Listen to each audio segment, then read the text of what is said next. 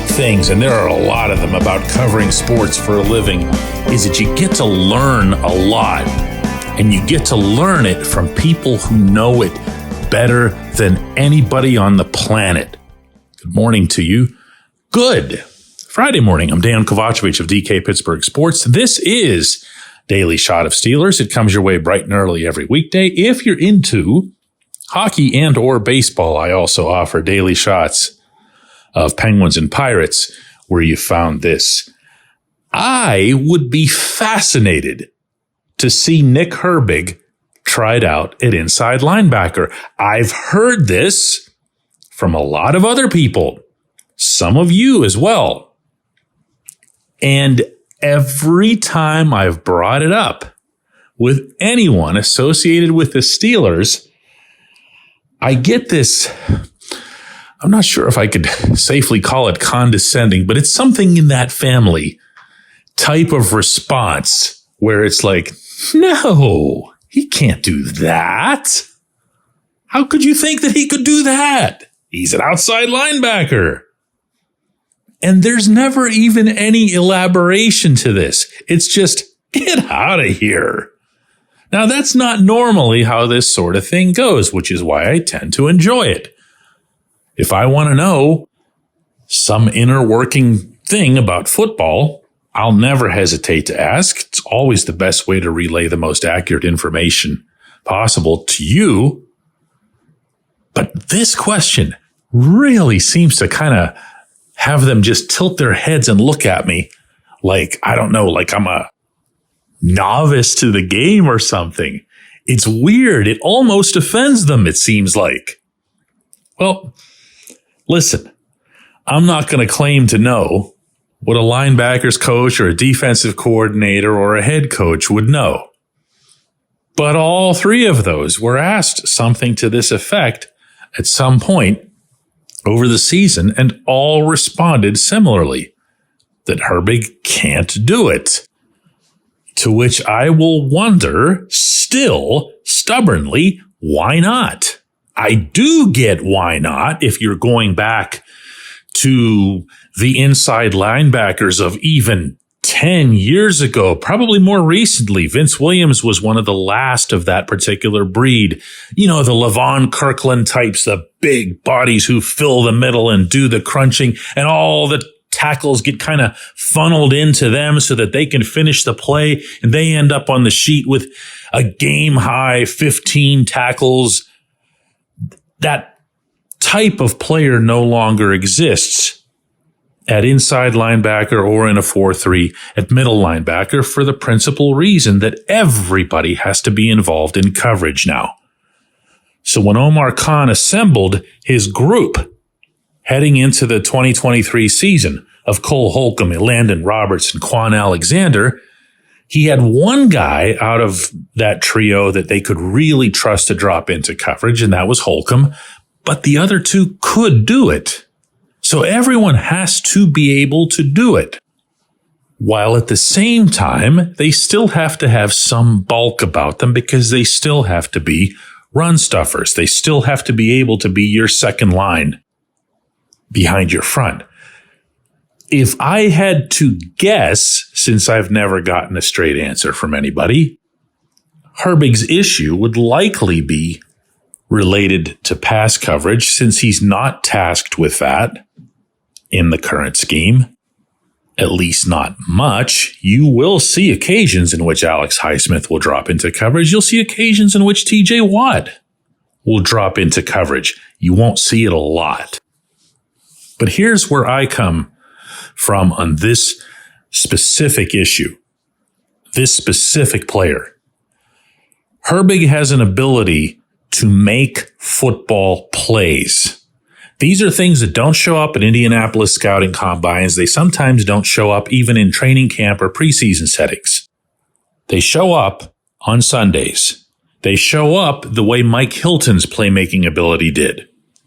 Hilton couldn't have put anything on tape beforehand that would have convinced anybody that he could make football plays until he was actually in football games making football plays.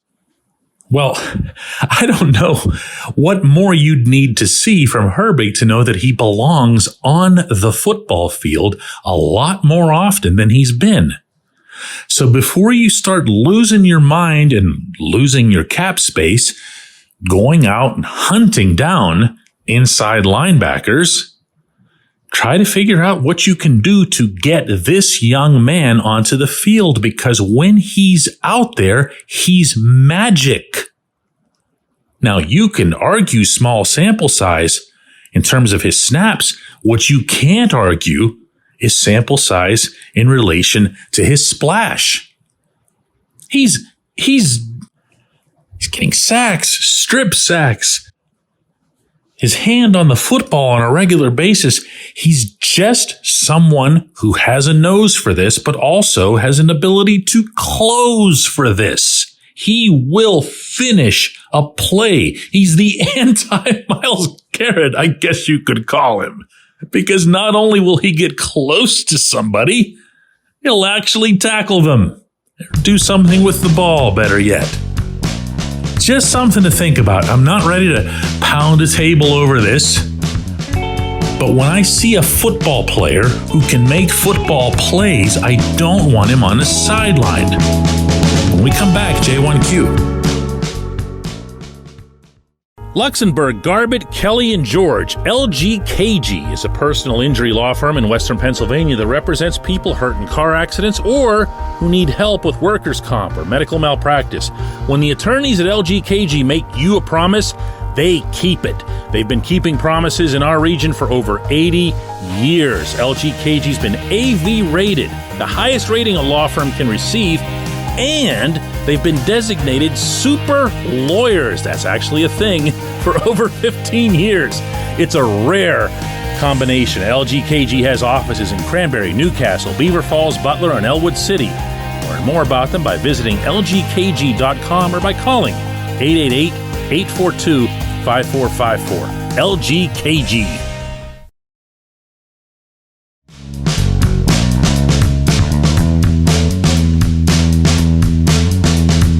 Today's J1Q comes from Chris, who says, I like the idea of Arthur Smith using the big sets on offense, DK, but will those work with Kenny Pickett? He's too flighty, and I can't see the happy feet going away. So with that in mind, the big sets won't mend well with him, in my opinion. He has to learn to stand in there and step forward, not sideways. Chris, Pickett's got to do that regardless. He just does. He's at a phase of his career where he's either going to establish himself as a starter now, meaning in the year 2024, where he's not going to have that as an option for him. And I don't just mean in Pittsburgh, I mean anywhere. They will paint you, and they will do so in paint that is really, really, really hard to remove. Ask Mason Rudolph.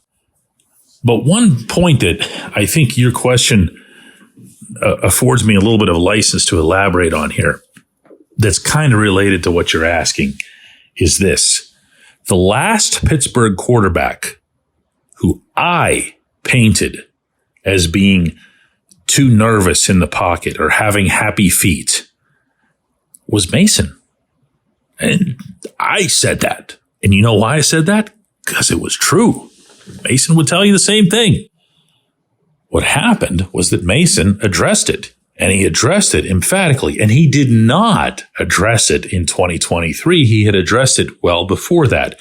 If you'd watched Mason's preseason performances in 2022 and 2023, and for that matter, if you watched his performance against the Lions in that tie, in which he was hosed out of a win because his wide receivers couldn't hold on to the bleeping ball, the happy feet were gone. And I don't mean a little bit gone. I mean 100% gone.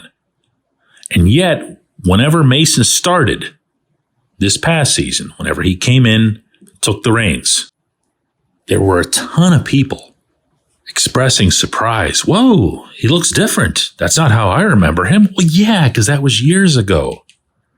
And here's hoping for every good reason that Pickett can do the same thing.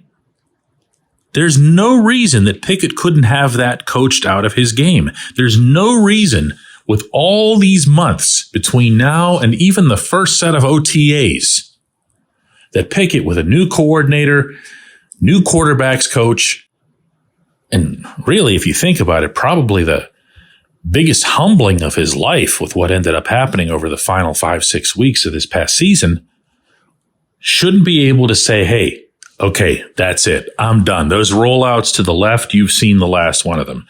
Stepping up into the pocket is my new thing. Setting myself, committing myself to the throw, putting the ball where it needs to go. That's my new thing. That's my new me. For anybody to say that that's incorrigible, I mean, you've got an example right under your own roof to show that it can be done.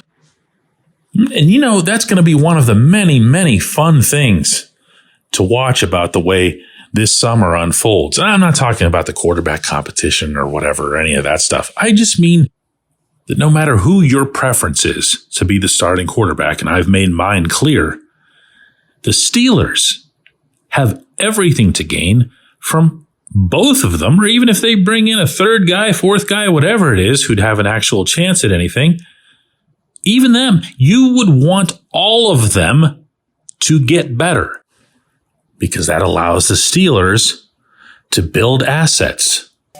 And even if you have no use for those assets yourself over time, you can always trade them to the Bears for a second-round pick that turns into Joey Porter Jr. And on that happy note, let's go into the weekend with a smile. We'll hook up here again on Monday.